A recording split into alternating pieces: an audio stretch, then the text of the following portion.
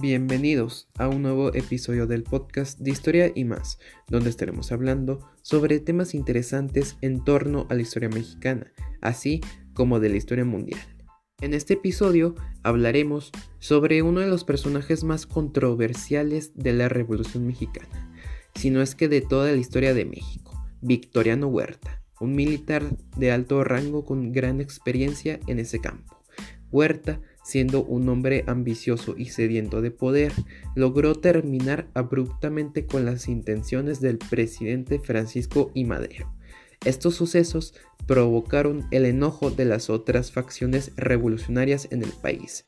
Además de abordar algunos detalles sobre su vida, hablaremos sobre cómo fue su presidencia y qué fue lo que hizo durante su dictadura.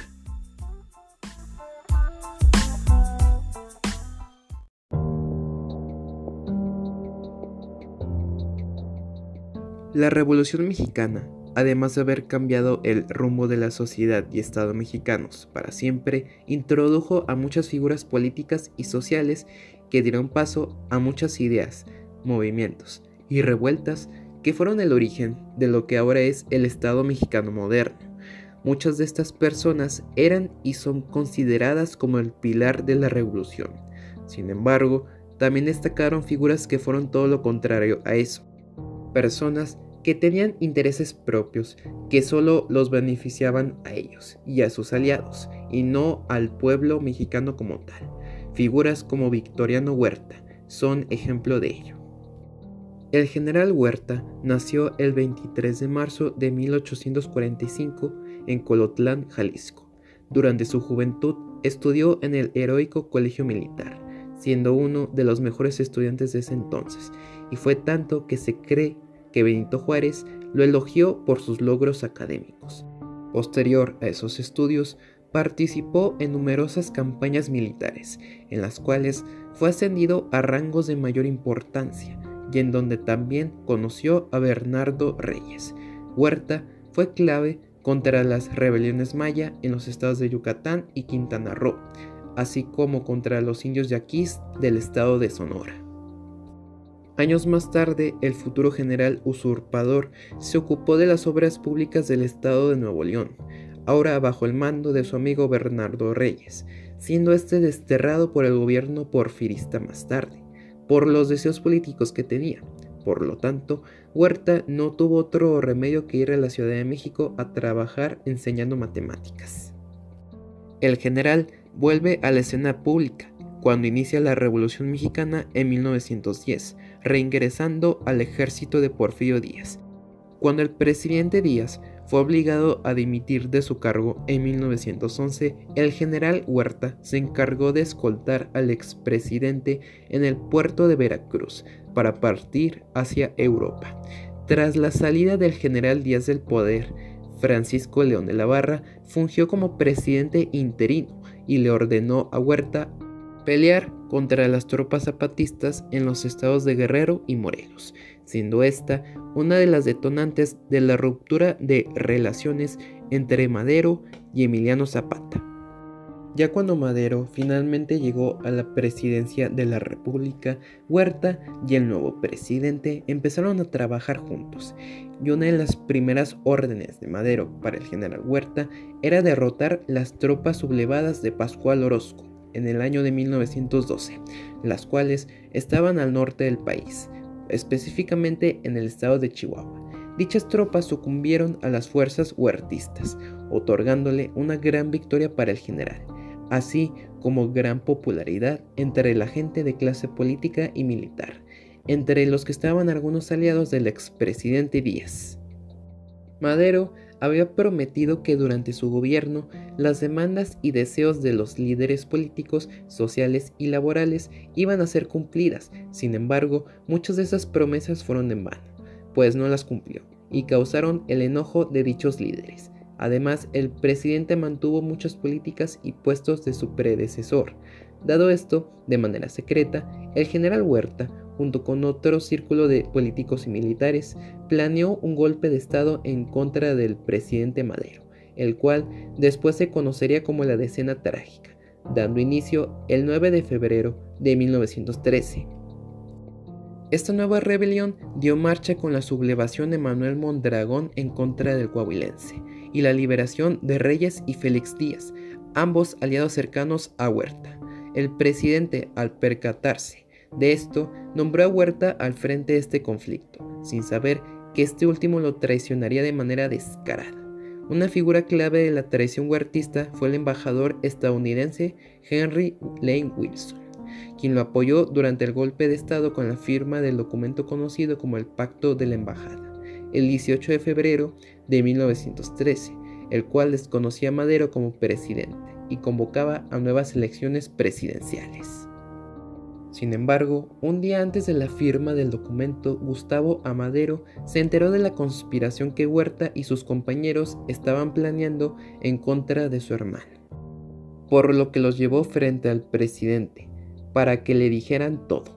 Huerta negó todas las acusaciones de Gustavo y como no existía evidencia que lo comprobara culpable, Madero lo dejó libre, siendo este un error fatal, pues el 18 de febrero fue arrestado junto con el vicepresidente Pino Suárez. Al día siguiente del arresto, el 19 de febrero, el presidente y el vicepresidente renunciaron a sus respectivos cargos, por lo que Pedro Lascurain, secretario de Relaciones Exteriores, tomó la presidencia del país y nombró a Huerta como secretario de Gobernación. Luego dimitió del puesto, 45 minutos después de haberlo tomado, siendo una de las presidencias más cortas de la historia de México. Tras la salida de Lascurain como presidente, Huerta finalmente pudo tomar el puesto por el que había anhelado tanto tiempo, iniciando así una nueva etapa en la lucha armada revolucionaria.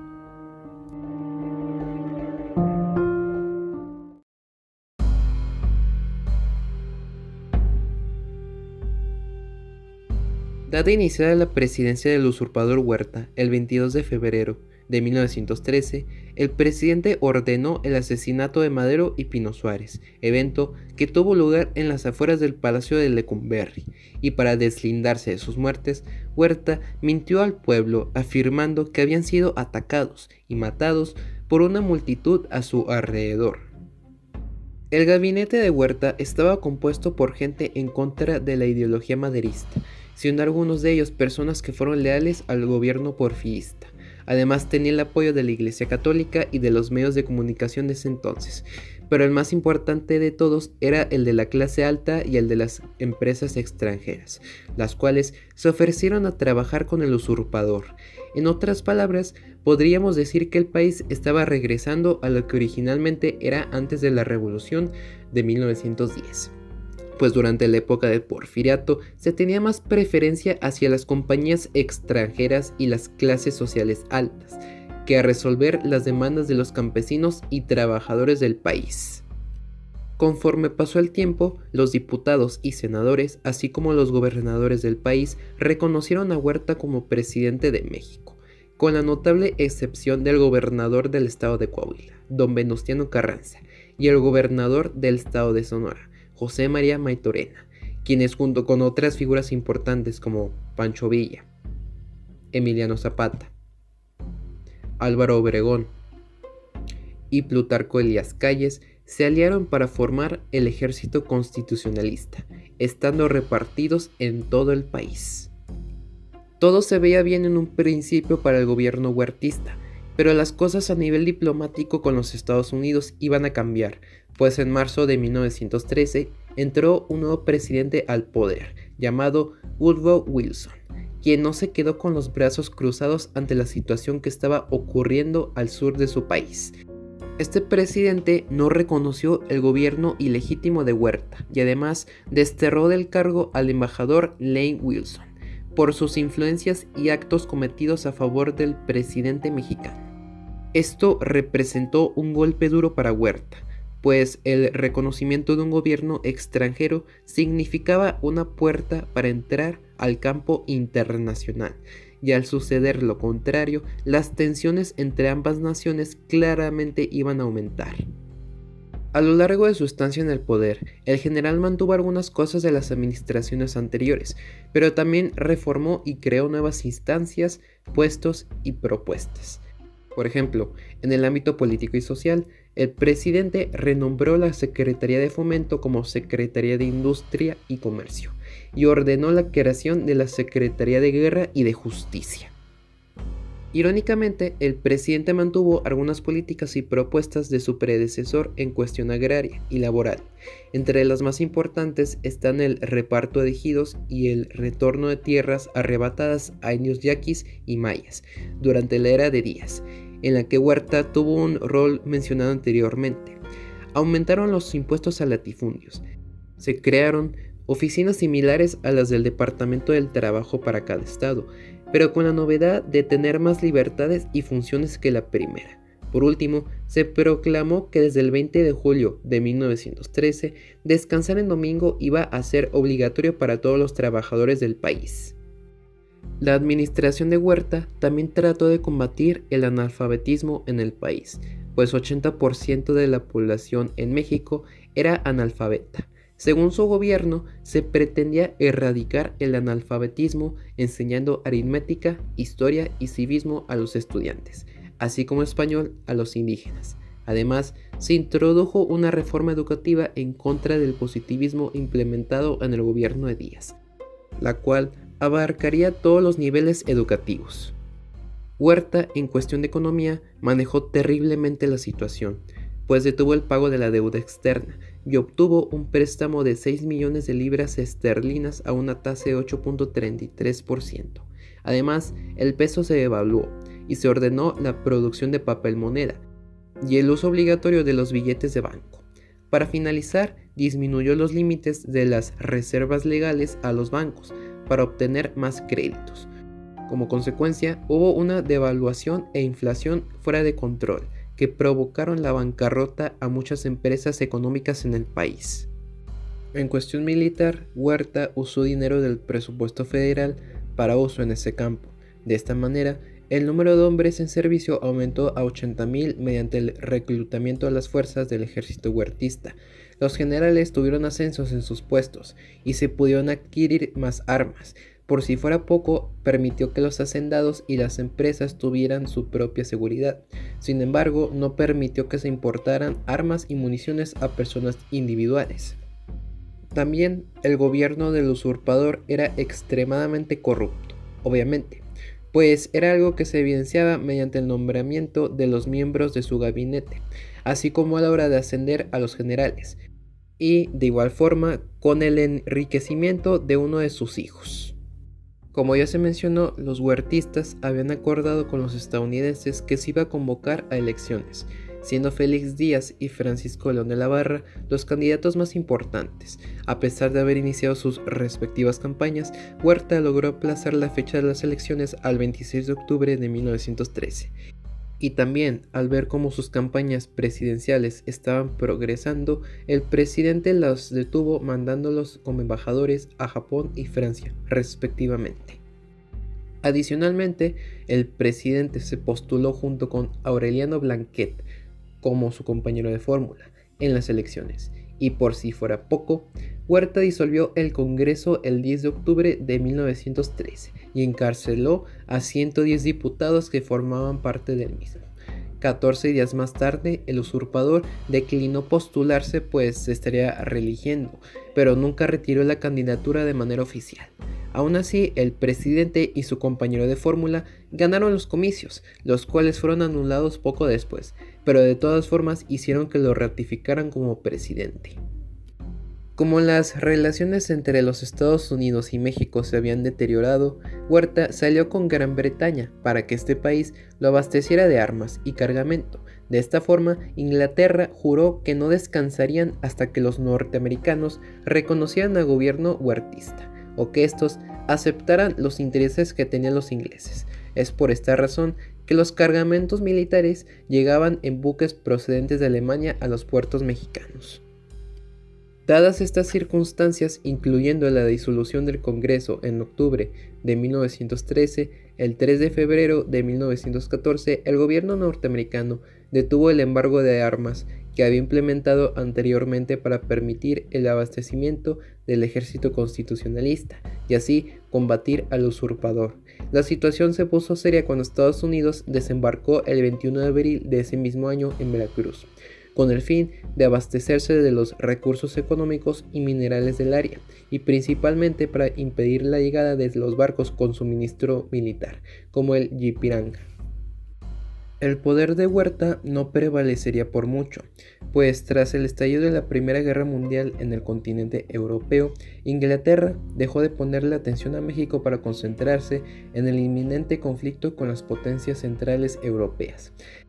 A esto se le suma el monumental apoyo y poder que tenía el ejército constitucionalista en todo el país, pues cada vez iban obteniendo más territorio y reconocimiento. Además, su gobierno se veía aplastado y solitario por las inmensas deudas que tenía con el extranjero, específicamente con Francia e Inglaterra. Finalmente, Huerta no tuvo de otra que aceptar su destino. Acordó con su vecino del norte el retiro de las tropas estadounidenses de Veracruz y decidió abandonar su cargo el 8 de julio de 1914, sin antes nombrar a Francisco S. Carvajal, secretario de Relaciones Exteriores, como presidente interino de México. Huerta oficialmente presentó su renuncia el 15 de julio ante su Congreso. Luego, el general usurpador, junto con su familia, partieron al exilio hacia Europa, en plena Primera Guerra Mundial.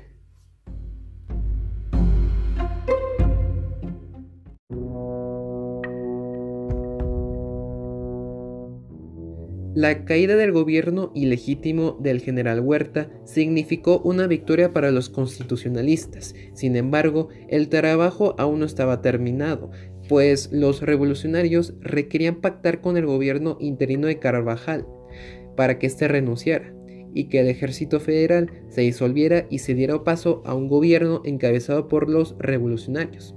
Esto sucedió con la firma de los tratados de Teoloyucan el 13 de agosto de 1914. Dicha firma fue encabezada por Álvaro Obregón, en el lado de los constitucionalistas. De esta forma, los revolucionarios se alzaron con la victoria, y con ello el inicio de una nueva etapa en la lucha armada. Mientras tanto, Pascual Orozco, quien había intentado combatir a los revolucionarios sin éxito, se contactó con el expresidente Huerta, exiliado en España, para informarle que un grupo de hombres de gran importancia como Enrique Krill, Gustavo Mas, Francisco S. Carvajal, entre otros, estaban planeando una contrarrevolución en México para derrocar al ejército constitucionalista, siendo Huerta el líder de dicho movimiento. Además, le comentó que se había contactado con algunos hombres mexico-estadounidenses residentes del estado de Texas para planear una conspiración en la cual se pensaba regresar a Huerta a la presidencia y la devolución del territorio mexicano anexado durante la intervención estadounidense. El general usurpador aceptó el plan y se comunicó con agentes alemanes para recibir apoyo militar y económico, a lo cual Alemania respondió que sí. Se pretendía realizar esta operación con el fin de distraer a Estados Unidos con un nuevo conflicto en su continente y evitar su ingreso a la guerra en Europa al lado de las potencias del Entente. Alemania envió a Huerta $895,000 de 20 millones prometidos para el asalto, además de miles de municiones y armas. El expresidente planeó la invasión hacia México el 28 de junio de 1915, pero no todo resultó como se esperaba, pues el Departamento de Justicia norteamericano se percató de las ambiciones de este grupo, más porque tenía apoyos de los alemanes. Huerta y Orozco fueron arrestados el día anterior a la invasión en Nuevo México y fueron trasladados a El Paso, Texas. Sin embargo, Orozco escapa de prisión para huir a México y continuar con el plan de la rebelión, pero el 30 de agosto regresa a Texas y es ahí donde tiene su último aliento, pues fue aprehendido y asesinado por las fuerzas estadounidenses en ese lugar. Por otra parte, Huerta fue trasladado a la prisión de Fort Bliss, a espera de su juicio por sus actos criminales, en los cuales se le declaró culpable, pero con el paso de los días su salud empeoró cada vez más, resultado de su alcoholismo presente durante casi toda su vida. por lo que fue liberado el 5 de noviembre de 1915. Finalmente, Victoriano Huerta fallece el 13 de enero de 1916 a causa de una cirrosis hepática provocada por su adicción al alcohol. Después de la muerte de Huerta, la lucha armada entre los mismos revolucionarios continuó por los años siguientes a su deceso. Tras la Revolución Mexicana, el legado de Victoriano Huerta para la historia sigue siendo repudiado por la sociedad hoy en día, pues sus intereses terminaron abruptamente con un gobierno que pudo haber cambiado el transcurso del país para bien, pero que en cambio alargó el proceso de la lucha revolucionaria y provocó un estancamiento económico, social, laboral, moral y militar en todo el país, más todas las muertes causadas en ese periodo. Aunque Huerta tuvo ciertos planes para mantener el país durante su presidencia, no cabe duda que sus ambiciones y su persona estarán sembrados en su tumba por toda la eternidad bajo el nombre de El Usurpador. Este podcast fue escrito y producido por Diego García Cantú en el mes de mayo de 2021. Agradezco su atención y no olviden darle like a este video y suscríbanse al canal para traerles más contenido como este. Nos vemos en el siguiente episodio.